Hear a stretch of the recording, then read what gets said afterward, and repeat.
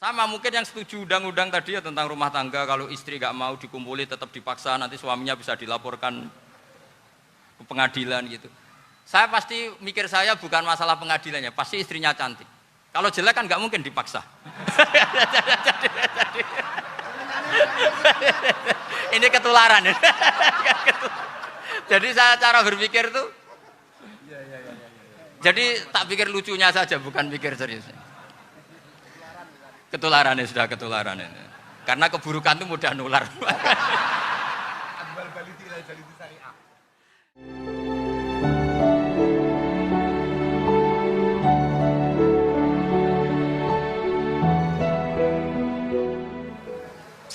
Assalamualaikum warahmatullahi wabarakatuh. Bismillahirrahmanirrahim. Allahumma sholli wa sallim ala sayyidina Muhammadin wa ala alihi washabbihi asma'in nama ba'du. Sedanten ingkang kula hormati wabil khusus teman bapak kula Kiai Haji Agus Ali Masyuri, beberapa kiai yang tanpa ngurangi rasa hormat saya hormati semua. Ini ada beberapa Gus. Ini saya ngaji insyaallah 1/4 jam. 1/4 jam nanti yang menghisap Gus Kausar berapa Gus? 10 menit. 10 menit. Begini. Sebetulnya saya membela semua umat Islam itu ahlul jannah. Karena saya ini ibarat marketing. Kalau orang Kristiani itu kan setiap orang mati sudah tenang bersama Bapak di surga. Jadi kampanye itu menarik sekali. Sementara kita sudah kiai, sudah imam masjid, sudah ulama, masih saja dikhawatirkan su'ul khotimah. Ini kalau kampanye ini tidak imbang, ini nanti saya takut kalah. Makanya saya bilang pokoknya semua orang mukmin itu ahlul jannah. Karena memang asli hadisnya seperti itu, man qala la ilaha illallah dakhalal jannah. Bahwa kemudian ada beberapa kiai yang mungkin wataknya itu pesimis, kemudian bikin sekian aturan-aturan yang sebetulnya itu cerminan dari pesimisnya. Terus akan-akan masuk surga itu susahnya bukan main. Nah itu saya tidak setuju karena tadi pasti kalah dengan kampanye sebelah yang setiap orang mati dibilang sudah tenang bersama Bapak apa? Di surga. Jadi ini penting. Terus kedua saya bilang agama ini sudah begitu baik. Masa kunci surga sudah dibocorkan miftahul jannah la ilaha illallah. Masa sudah pegang kuncinya nggak jadi masuk surga itu kan aneh. Ya sudah masuk saja, tapi tidak usah minta bantuan saya, masuk aja. Kan sudah pegang kuncinya. Terus ketiga, kenangan terburuk saya ketika jadi kiai itu gini, saya ada beberapa guru SD datang ke saya. Ini agak-agak masalah besar. Gus boleh enggak buka ujian nasional yang masih disegel? Semua guru bilang enggak boleh, itu kriminal kan. Ada satu guru yang bikin analogi agak kacau. Boleh saja. Wong ujian di kuburan saja dibocorkan para kiai enggak apa-apa. Itu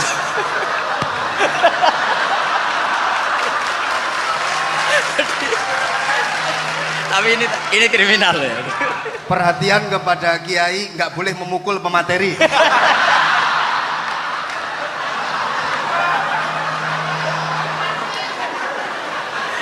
Jadi tentu itu analogi yang salah kan. Marrobuka kan, Tuhan kamu siapa, nabi kamu. Tuhan kamu siapa, nabi kamu siapa, imam kamu siapa. Ini kan sudah dibocorkan oleh para kiai. Artinya apa? Nak raiso jawab kebablasan gitu. Terus guru ini berpikir kalau ujian akhirat sekrusial itu saja bisa dibocorkan, kenapa ujian nasional tidak boleh? Tentu ini kias yang salah, saya tidak ngajari seperti itu.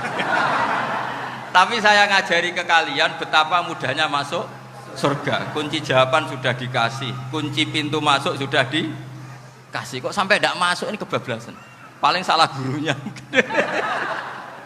Jadi ini kenapa saya sering cerita orang mukmin semuanya itu min ahlil jannah, itu saya jamin.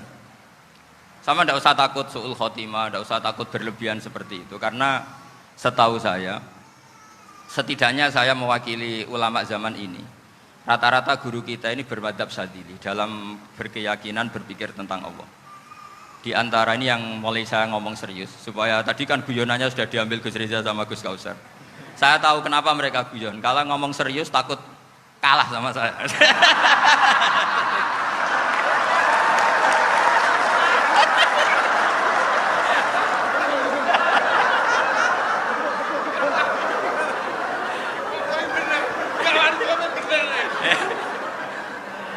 Karena saya ini sudah terkenal pemikir serius, jadi artinya itu satu kepintaran mengalihkan. Ya, oh ya, sudah itu satu kecerdasan. Tidak hanya ngalim tapi betul cerdas. Betul cerdas. Jadi itu bukti beliau-beliau ini cerdas itu. Saya berpikir begini, ini madhab Sadili. Kita semua tentu Sadili karena kita semua ngaji kitab Hikam. Kita tahu kitab Hikam itu muridnya Abul Abbas Al-Mursi. Abul Abbas Al-Mursi muridnya Syekh Abil Hasan apa? Asy-Syadzili. Saya masih ingat betul makalah itu dan saya ulang-ulang. Setiap saya ngajar di sarang saya ajarkan itu. Kilali kata Abul Hasan Asy-Syadzili, saya pernah dapat hatif, dapat semacam ilham. Apa makna min syarril waswasil khannas? Itu kata beliau dijawab oleh hatif itu.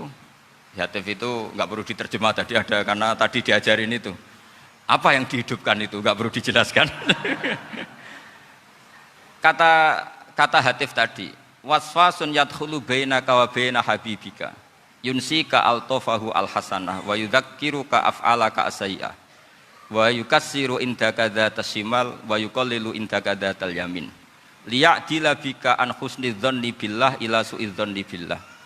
Jadi yang dikatakan waswas adalah kamu digiring untuk hanya ingat sisi-sisi kamu yang negatif, dilupakan bahwa Anda punya sisi-sisi yang positif. Misalnya seperti ini, mungkin secara fikih tadi banser-banser tegas, wah ini masalah lelaki perempuan dipisahkan gini-gini. Tapi kenapa Ghazali bilang ya sudah gini gak apa-apa.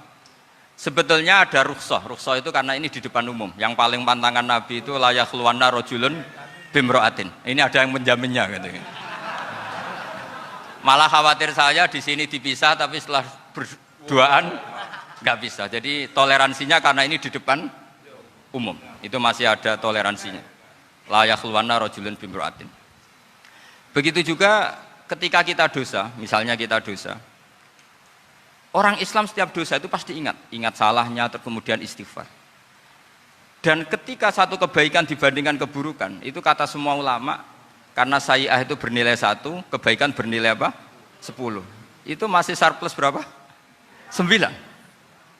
Jadi itu cara berpikir Abul Hasan Asy-Syadzili. Kenapa kamu harus berpikir positif tentang Tuhan? Sekali berpikir tentang negatif, itu bahaya betul. Misalnya begini, kamu berpikir tak rewangi jadi kiai, sujud, rukuk, ternyata aku tetap mlebu neraka. Gunane apa? Itu menurut saya kan nggak punya akal. Sujud itu satu kelaziman menghamba kepada Allah. Normalnya seorang hamba itu ya sujud.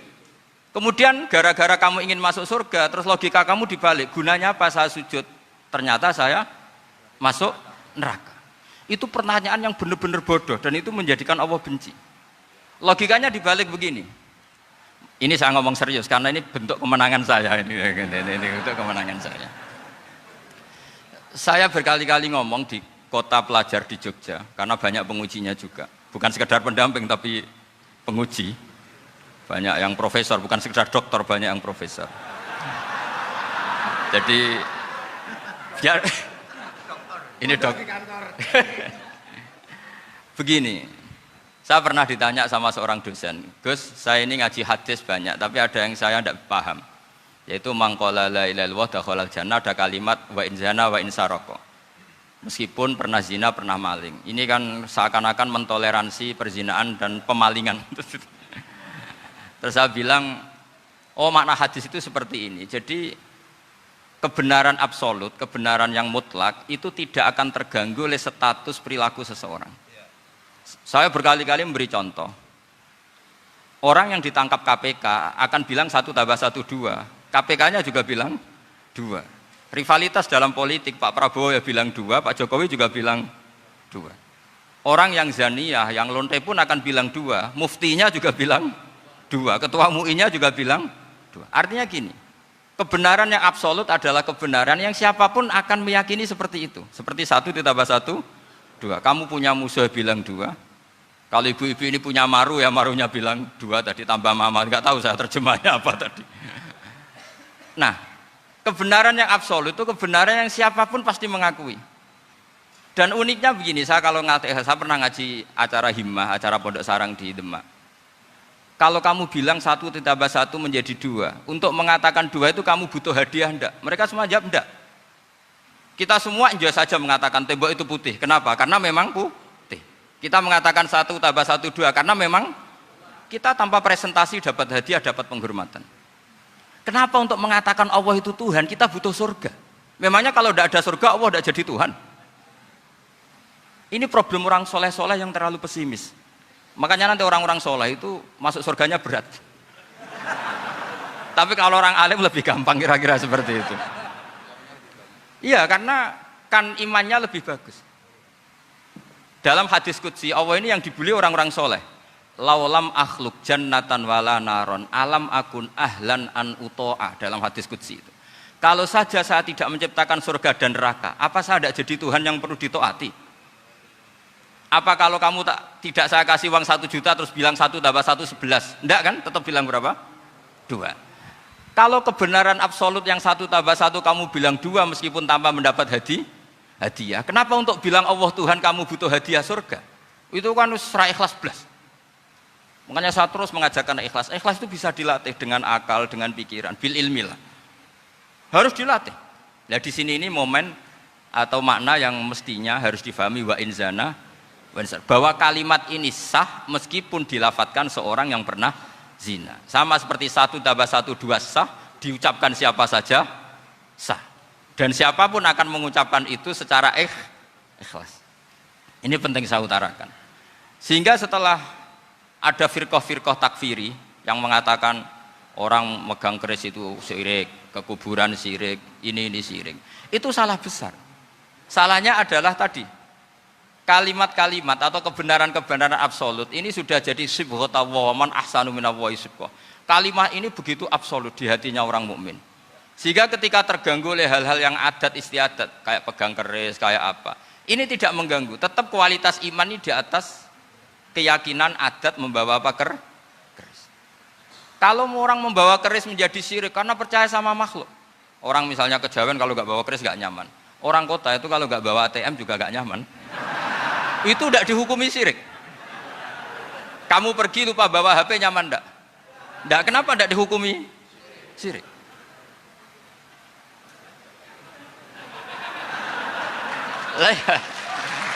Jadi ini logika-logika. Jadi makanya ini Gus Reza boleh ngeritik saya. Saya itu berkali-kali bilang, saya termasuk ulama yang mau bikin gerakan cangkem elek.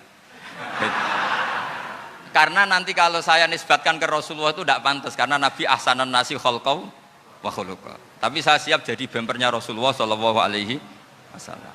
Pernah ada diskusi di Jakarta, ini kisah nyata. Apa dalilnya setelah sholat salaman? Mana hadisnya? Itu dijawab hadisnya tentu kita kesulitan. Kalaupun ada hadisnya dhaif semua yang masalah musafahan. Akhirnya mau tidak mau dijawab pakai cangkem elek.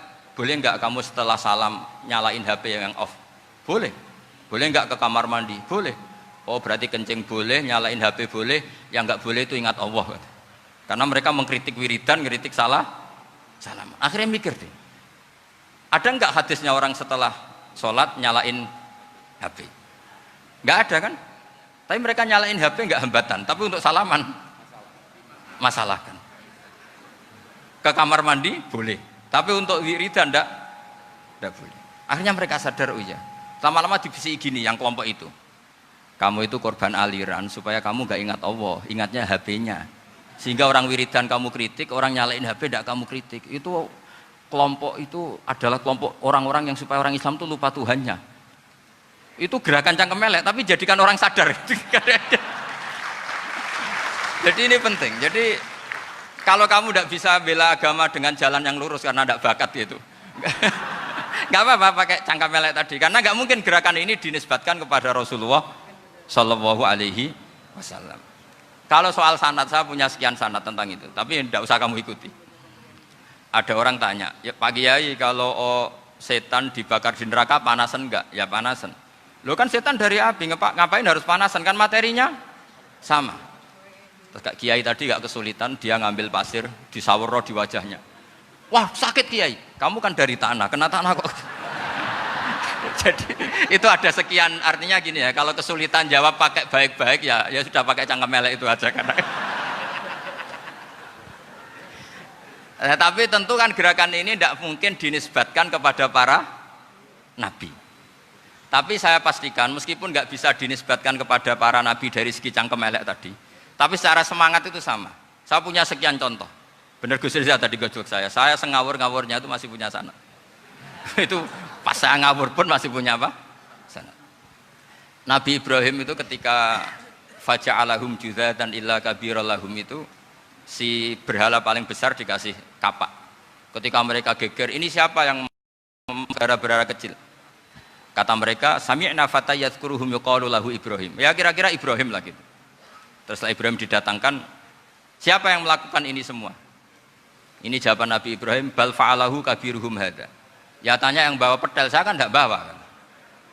Terus kata orang-orang, otak kamu itu di mana? Masa berhala disuruh nanya, kan nggak bisa ngomong. Ibrahim kembalikan, uffil lakum walima ta'buduna min dunillah. Lalu otak kamu di mana? Sudah tahu tidak bisa ngomong kok disembah gitu. Itu ada kata uffin. Uffin itu kalau diterjemah kira-kira ya agak-agak jancuk gitu. Kira-kira seperti itu. Ya kira-kira seperti itu. Jadi Sekarang dalilnya jancuk apa Gus? Bahkan juga biasa kalau misalnya saya kira sudah itu gimana? Jancuk itu dari daksu. Dak tinggalkanlah suan perkara sing elek. Krono ilate wong Surabaya kakean rawon akhirnya ngomongnya jancuk.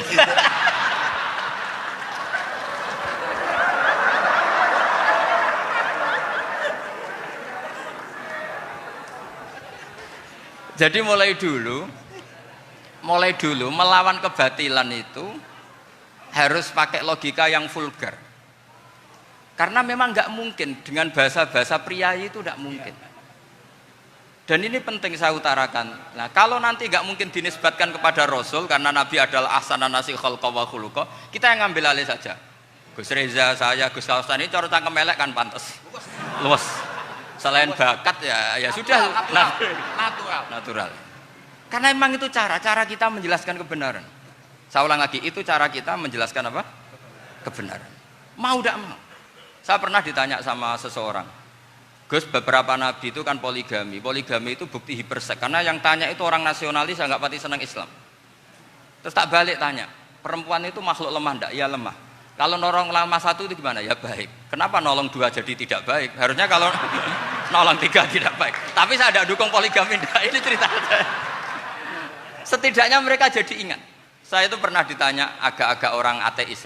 Dia benci Islam tapi neliti Islam. Pertanyaan kedua, kenapa dalam perang itu seakan-akan Nabi itu perampok? Hartanya orang kafir disita kemudian menjadi ghanimah. Itu kan kayak ngerampok. Terus saya tanya gini, kalau ada penjahat ke rumah kamu, kemudian pakai senjata api, setelah kamu ringkus, itu senjata api kamu kembalikan apa kamu sita? Oh ya saya sita, kalau tak kembalikan dipakai ngerampok lagi. Ya sama seperti itu, kalau kekuatan mereka dikembalikan, akan dipakai kekuatan mereka lagi. Jadi, ya lagi-lagi ini kemenangan orang serius. Karena nanti guyonnya sudah dintekno sama Gus Safa sama Gus Riza. Nah, kenapa saya ngajar begitu rileks, begitu santai? Karena pikiran saya sederhana. Fa innal uqula muttarratun ila qabilil haq. Akal sehat pasti dipaksa menerima apa? Kebenaran. Sehingga kebenaran itu tidak usah kamu ngomongkan secara serius, tidak perlu. Kebenaran itu mudah diterima. Saya itu pernah ngaji berkali-kali di Jogja di mana-mana sampai ada buku seorang dokter nulis tesisnya itu bangga lagi menjadi muslim setelah ngaji saya itu. Karena saya menerangkan itu ringan. Orang Islam itu harus mencintai Allah. Ciri utama cinta itu tidak tegang, rileks. Saya bilang begini, kalau kamu pernah 1 tahun digratisi orang rumah, makanan, kamu kira-kira itu mudah nggak mencintai orang yang berjasa sama kamu minjemin rumah dan ngasih makan gratis? Mudah kan? Apalagi kita ini mudah mencintai orang yang minjemin mobil 1 tahun, ngasih rumah 1 tahun, apalagi selamanya. Kenapa kita tidak mudah mencintai Allah yang memberi kita bumi, air, oksigen, semuanya kita dikasih Allah. Akhirnya mereka mikir, wong mencintai seseorang yang ngasih dalam durasi 1 tahun saja mudah, apalagi mencintai Allah yang ngasih kita tanpa batas. Itu disebut walladzina amanu asaddu hubbal lillah. Orang mukmin itu mudah sekali mencintai Allah. Caranya dilatih tadi. Kita mudah mencintai orang yang berjasa sama kita. Kenapa tidak mudah mencintai Allah yang tentu jasanya lebih besar? Nah, karena akhir-akhir ini banyak orang yang terlalu nazir, terlalu kata Nabi kan basyiru walatu nafiru yasiru walatu as siru. Sehingga saya bikin gerakan. Pokoknya semua orang mukmin pasti masuk surga. Nanti soal ada kesalahan-kesalahan kecil yang menjadikan orang su'ul khotimah itu sifatnya kehati-hatian.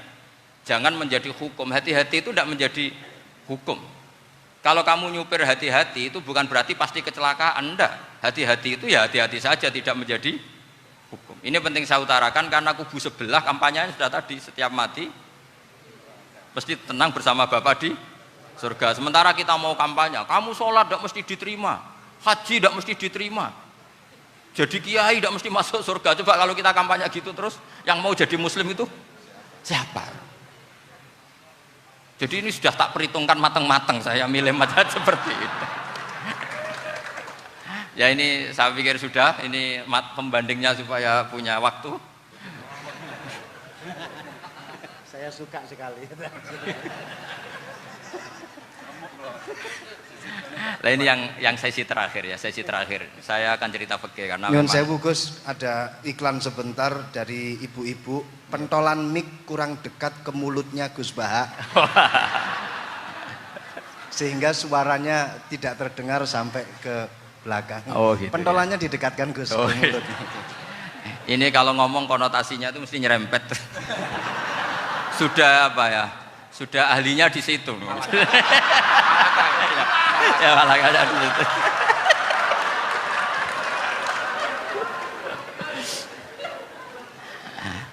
Dalam sesi terakhir saya cerita pentingnya pembanding. Imam Rafi'i itu yang ngarang kitab Muharrar. Kitab Muharrar ini adalah ringkasan dari kitab Al-Wasit. Al-Wasit itu karangannya Imam Ghazali. Al-Wasit sendiri ini khas ngaji NU, karena NU maknanya Nahdlatul Ulama, gerakan para ulama. Jadi kalau nggak ngerti alim-alim seperti itu ya ada NU. Sebenarnya sampai itu pasnya Nahdlatul Ummah, gerakan umat. Tapi kan sudah jadi partai politik Nahdlatul Ummah. Karena yang katakan NU itu Nahdlatul Ulama, gerakannya para ulama. Imam Rafi'i itu berpendapat sujud itu cukup pakai batuk, pakai jidat. Itu dalam kitab Muharrar. Wal asoh anna sujud yasihu mau cukup biwat iljabah. Ketika Imam Nawawi mentasih kitab Muharrar namanya Minhajut Thalibin, itu mengkritik Imam Rafi'i. Kata beliau sujud itu untuk sah harus melibatkan 7 anggota karena berdasar hadis umirtu an asjuda ala sabati a'zumin, yaitu al jabhah wal yaden warubaten wal qadamen, yaitu jabhah 2 tangan, 2 lutut dan 2 qadamen. Akhirnya saya ngecek di kitab asli, Imam Rafi'i termasuk Ashabut Tarjih dan Imam Nawawi. 2 orang ini khilaf. Kan nggak mungkin kita sebagai musahihnya, karena yang khilaf ini 2 ulama besar, satu Imam Rafi'i, satu Imam siapa? Nawawi. Kita tidak bisa hanya ngikuti Fathul Mu'in yang mengatakan idzakhtalafan Nawawi war Rafi'u kudiman Nawawi, tidak bisa, karena Imam Nawawi ini sering nginduk sama kitabnya Imam Rafi'i karena senior Imam Rafi'i. Setelah saya cek di kitab kitab asli Mamba ya, satu sumbernya semua mazhab apa? Syafi'i. Ternyata Imam Syafi'i nak ngendikan hanya begini. Wa uhibbu, saya suka setiap orang Islam sujud itu melibatkan 7 anggota karena itu aman, pasti sah. Tapi wayah tamilu kata beliau, tapi mungkin saja sujud hanya watul jabah itu sah. Kenapa kata Imam Syafi'i? Liqaulihi sallallahu alaihi wasallam atau li du'aihi apa sallallahu alaihi wasallam fi sujud sajadalaka wajhi wa sam'i wa basari. Nabi ketika sujud itu hanya berdoa, ya Allah sujud kepada engkau wajhi wa sam'i wa basari. Nabi tidak menyebut wayadi warubati wa qadami. Sehingga saya berkali-kali bener kata Gus, saya ini pembela umat sing sujude 7 anggota ya tak lem, pantes dadi Rais Suryah. Itu. Yang sujudnya batuk tok ya tetap sah ngikuti madhabnya Imam Rafi'i. Meskipun itu tidak saya anjurkan. Tentu tidak saya anjurkan. Alasannya Imam Syafi'i tadi, Rasulullah pernah berdoa dengan kata-kata sajadalaka wajhi, bukan diteruskan wayadi warubati wakoda. Sehingga fal khilaf huna bakin ala khiddati kalau dalam bahasa fikih. Khilaf biar tetap sesuai aturan khilaf masing-masing. Enggak perlu kamu menggugurkan pendapat Rafi'i yang mengesahkan sujud hanya pakai jabah. Ini penting karena tadi seperti saya katakan, yang sujud anggota pitu ya masuk swarga mergo pintere, sing nganggo bathuk tok yang mlebu swarga mergo gobloke tadi, karena aksaru ahlil jannah al-bulhu. Nah ini madhab saya. Jadi saya itu ingin umat Islam itu baik-baik saja. Iya betul. Madhabin jenengan. Ya. Karena enggak Karena tidak mungkin lah kita tidak bela Islam di zaman akhir, tidak mungkin, karena di kubu sebelah kampanyenya sudah seperti itu. Kalau kita ngomong ikhtiyat, kiai ra mesti mlebu swarga, sing salat ngethuk ra mesti husnul khotimah, wah akan jadi repot. Saya ini pengagum teori ikhlas, dilatih bil ilmi, saya ulang lagi, dilatih bil ilmi. Saya ini malunya tadi, saya mengatakan 1 tambah 1 2, itu meskipun tidak ada yang memberi hadiah, tetap saya katakan 2. Saya mengatakan air itu dingin, tidak ada yang ngasih hadiah, saya akan bilang kalau air itu dingin, kalau api itu panas. Untuk hakikat-hakikat seperti itu saja saya jujur tanpa ingin imbalan. Tapi ketika hakikat mengenai Allah kok saya minta imbalan surga dan neraka, ini apa-apaan? Kira-kira gitulah, Rois Suriah macam apa gitu.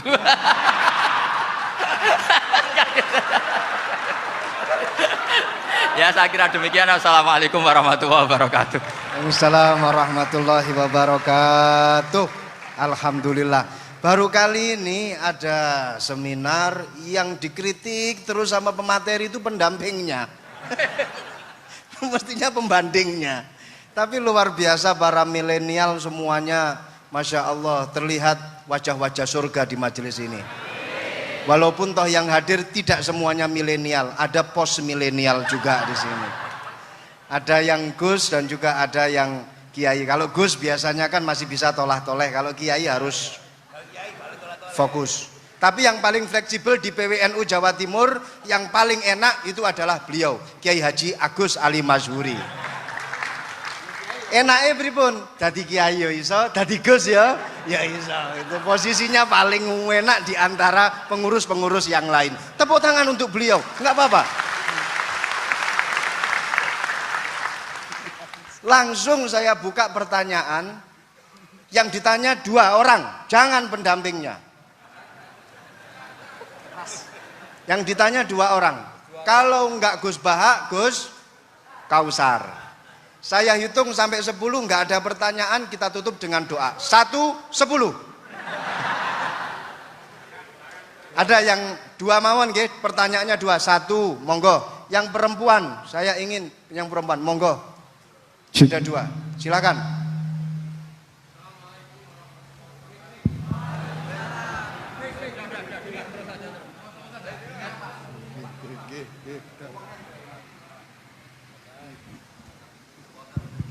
Bismillahirrahmanirrahim. Assalamualaikum warahmatullahi wabarakatuh.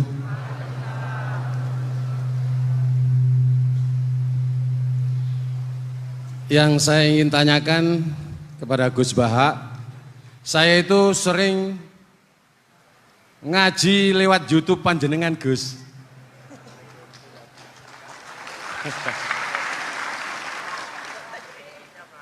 Insya Allah ilmu saya tambah walaupun tidak banyak. Yang saya tanyakan, nopo ilmu kula niki barokah? Yang pertama, karena saya ngaji lewat YouTube panjenengan, saya tidak izin.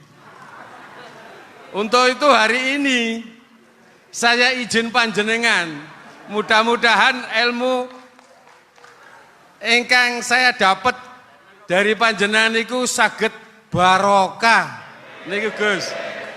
Terima kasih. Wassalamualaikum warahmatullahi wabarakatuh. Waalaikumsalam warahmatullahi wabarakatuh. Langsung mawon Gus nggih, yang satunya dulu. Siapa aja? Oh gitu. Monggo Gus. Itu tetap barokah dan kebaikan itu mah nggak perlu minta izin.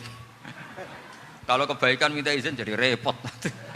Jadi kalau dalam kitab fikih disebut iktifaan bil idzni syar'i, karena syara akan selalu memberi izin sama kebaikan. Itu udah hanya masalah YouTube sampean. Tadi melihat wajah Gus Ali ibadah, pamit dulu. Nanti kalau ada orang alim lewat mau lihat juga pamit dulu. Lama-lama mau baca sholawat, ya Rasulullah pamit dulu mau baca sholawat. Jadi semua kebaikan itu cukup iktifaan bil idzni syar'i. Ya jelas ini ya. Oke, terima kasih. Jangan lupa pulsane tuku dhewe lek ndelok YouTube. Wifi-nya juga jangan nyolong. Harus passwordnya izin kepada yang punya wifi. baru nanti 100% barokah. Mbak yang belakang bisa berdiri, yang mau tanya tadi. Ya, silakan. Bismillahirrahmanirrahim. Assalamualaikum warahmatullahi wabarakatuh. Mohon izin Yai Gus, saya di sini mau tanya, selain sebagai pelajar santri, saya juga sebagai seorang mahasiswi di salah satu universitas di Surabaya. Yang saya tanyakan sebagai pemuda milenial, kita semua tahu bagaimana keadaan demokrasi negara Indonesia saat ini. Yang saya tanyakan bentuk dari hubul waton minal iman. Hubul waton di sini, bolehkah saya sebagai seorang mahasiswi menyuarakan pendapat saya, berjuang bentuk ijtihad demi keadilan berupa demonstrasi?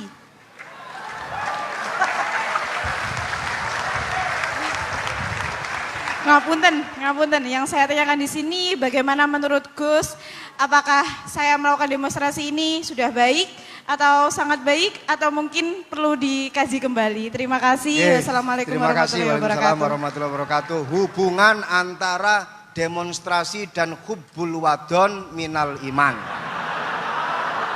Hah? Oh ya, hubbul waton minal iman. Monggo Gus.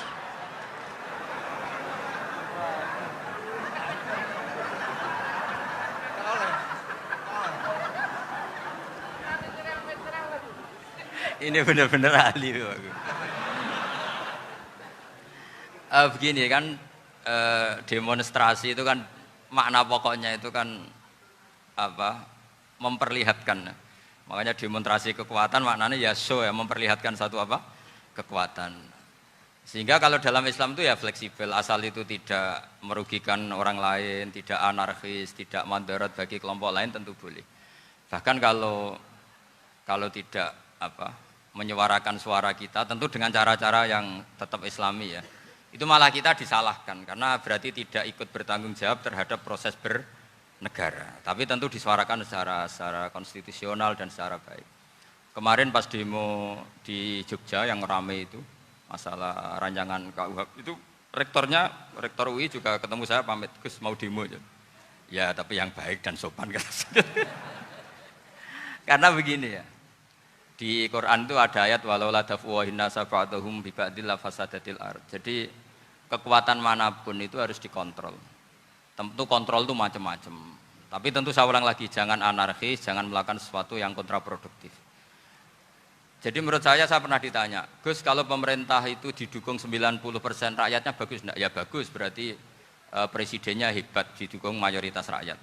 Kalau hanya 55 ya bagus. Presidennya biar tahu, biar hati-hati karena dipilih separuh lebih sedikit gitu. Lah kok bagus semua? Ya emang harapan kita sama Allah semuanya baik semua kata saya gitu. Jadi susahnya apa sih kita melihat sesuatu itu, asal agama ini kan gampang, asal tidak maksiat itu baik. Asal tidak maksiat itu baik. Makhuyira Rasulullah bina amroini lakhtaro aisarohuma malam yakun isman. Jadi demo itu bukan, nah kalau demo yang diharamkan sebagian fatwanya ulama tentu yang maknanya yang anarkis. Kalau yang dihalalkan tentu maknanya yang tertib. Itu biasa dalam hukum fikih. Rasulullah ngendikan A, mahmalnya seperti ini. Rasulullah ngendikan B, mahmalnya seperti ini. Karena kadang ngendikanin Nabi cara zahir itu berlawanan. Misalnya Nabi ditanya, amal paling baik apa ya Rasulullah? Nyaur utang gitu. Karena biasa yang ngemplang mungkin yang tanya itu tukang. Tapi kadang Nabi jawab birrul walidain. Kadang jawab as-sholat li awwali waktiha. Karena penanyanya ini beda. Enggak tahu sholat. Gimana? Cintaku enggak tahu sholat. Ya, cintaku ora tahu sholat kata beliau. Kan gitu. Jadi ini penting saya utarakan karena zaman Nabi itu ya biasa Nabi misalnya ngendikan sesuatu itu. Terus ada juga sahabat yang memperlihatkan pendapatnya. Tapi tidak niat bantah. Masyhur itu dalam tarikh. Saya beri contoh yang masyhur itu. Nabi pernah sholat duhur itu 2 rakaat. Sebagian riwayat mengatakan asar, tapi yang lebih kuat itu duhur. Setelah 2 rakaat Nabi sholat, itu akabirus sahabat papan atas itu tidak ada yang ngendikan karena mereka sopan semua, tahu etikal. Setelah Nabi pulang sudah dekat pintu, ada sahabat yang berdiri. Ya Rasulullah, aku siroti sholatu amnasita. Ini sholat model kosor, apa engkau lupa? Tapi sahabat yang nggak tanya, ini niatnya malah lebih agak-agak buruk. Baguslah kalau sholat terbaru 2, berarti besok ya 2. Karena pakai teori nasah mansuh, berarti hukum itu pakai yang terbaru. Jadi gayanya tidak tanya, tapi lebih sama. Mungkin yang setuju undang-undang tadi ya tentang rumah tangga, kalau istri nggak mau dikumpuli tetap dipaksa, nanti suaminya bisa dilaporkan ke pengadilan gitu. Saya pasti mikir saya bukan masalah pengadilannya, pasti istrinya cantik. Kalau jelek kan nggak mungkin dipaksa. Ini ketularan. Jadi saya cara berpikir tuh, jadi tak pikir lucunya saja, bukan pikir seriusnya. Ketularan ya, sudah ketularan ini. Karena keburukan itu mudah nular. Akhirnya Nabi kembali lagi, enggak, kullu dzalika lam yakun, semua itu enggak terjadi. Tapi Nabi sebagai orang yang sangat, ya sebenarnya enggak boleh dibahasakan sangat demokratis, sangat bijak. Nabi kembali lagi ke mimbar terus tanya, ahakun maqalahu dzulyaten, apa betul yang dikatakan dzulyaten tadi? Kata sahabat semua, betul ya Rasulullah, tadi engkau sholat hanya 2 rakaat. Nabi kemudian takbir lagi, meneruskan 2 rakaat terus salam. Artinya kalau demonstrasi itu dengan makna mengutarakan pendapat dengan cara yang dijamin konstitusi, ya itu kan normal-normal saja, nggak ada masalah. Saya pernah derekno bapak, itu ada pertanyaan yang benar-benar mengusik saya. Ada orang miskin datang ke bapak, Pak Yai, dadi wong melarat itu ra enak. Sajane ya wis suwe dadi wong melarat ra enak. Itu pas Ramadan. Kenapa kata bapak? Bapak saya itu teman akrabnya Gus Ali, itu senengannya ya guyon, mau meninggal aja masih guyon. Bapak itu guyon terus. Kenapa ya? Sudah puasa nggak makan, buruh orang, macul itu kan berat. Mau istirahat nggak boleh karena buruh orang. Enak dadi wong sugih puasa diam di rumah gini-gini terus. Terus kata bapak saya gini, enak wong melarat. Dadi wong sugih nak poso berat. Kok sakit ya? Esok mangan pecel, awan rawon. Enggak sore sidik sate. Jadi yang harus ditinggalkan itu banyak. Nak sampean kan biasa meninggalkan itu semua. Semenjak itu dia, oh iya, nak ngono podo-podo abot. Jadi hasutnya pada orang kaya terus nggak ada. Nah ini pentingnya ilmu. Jadi pentingnya pendamping tadi itu. Setelah diberi jelasan, oh maturuni ternyata podo-podo abot gitu. Dia nggak tahu susahnya jadi orang kaya. Ya sama seperti tadi. Yai saya puasa. Kerja gini-gini bojo sitok elek terus dari yang bojone 4 cantik semua abot aku. Karena harus ninggalkan 4 yang cantik tadi yang bisa menghidupkan tadi itu. Itu kan juga demonstrasi, artinya mengutarakan apa yang, jadi itu saya pikir seperti itu. Ya ini pokoknya gitu aja ya. Assalamualaikum warahmatullahi wabarakatuh. Waalaikumsalam warahmatullahi wabarakatuh. Tepuk tangan untuk beliau. Kita doakan semoga beliau sehat walafiat, panjang umur, jembar rezeki.